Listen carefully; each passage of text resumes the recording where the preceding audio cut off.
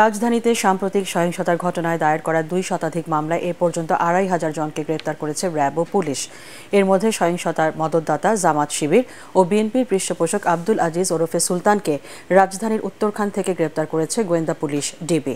সংবাদ সম্মেলনে ডিবির অতিরিক্ত কমিশনার হারুনুর রশিদ এ তথ্য জানান। এ সময় তিনি বলেন, সাম্প্রতিক সহিংসতায় দুষ্কৃতিকারীরা ৫ থেকে ১০,০০০ টাকার বিনিময়ে ছাত্রলীগ ও পুলিশ সদস্যদের হত্যার নীল নকশা করেছিল। মনির হোসেন তপুর রিপোর্ট।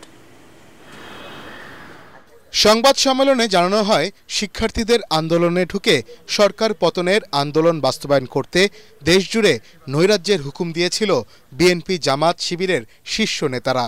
সহিংসতার অন্যতম মদতদাতা আব্দুল আজিজ ওরফে সুলতান জিজ্ঞাসাবাদে এ তথ্য দিয়েছেন ডিবিকে।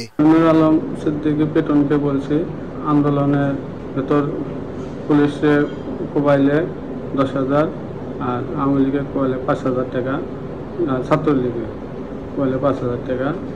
একটি স্বার্থান্বেষী গোষ্ঠী সহিংসতার জন্য অর্থ সরবরাহ করে ভাড়াটে লোকজন দিয়ে রাষ্ট্রীয় গুরুত্বপূর্ণ স্থাপনায় অগ্নিসংযোগ ও ভাঙচুর করে বলে জানায় ডিবি।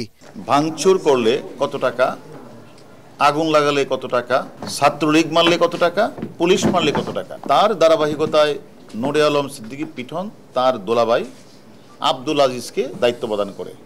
যাত্রাবাড়িতে পুলিশ হত্যার পর ঝুলিয়ে রাখার সাথে জড়িতদের চিহ্নিত করা হয়েছে। দ্রুত তাদের আইনের আওতায় আনা হবে বলেও জানান তিনি। আমাদের ৩টা পুলিশ সদস্যকে তারা একজনকে তারা জনসম্মুখে ঝুলিয়ে তারা হত্যা করেছে।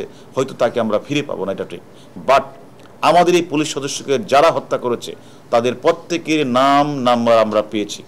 তাদেরকে আমরা আপনাদের কাছে কথা দিচ্ছি, যত দ্রুত সম্ভব তাদেরকে ধরে এনে আমরা আইনের আওতায় দাঁড় করাবই। এরই মধ্যে সহিংসতার অনেক সিসি ক্যামেরার ফুটেজ ও ভিডিও সংগ্রহ করেছে গোয়েন্দারা।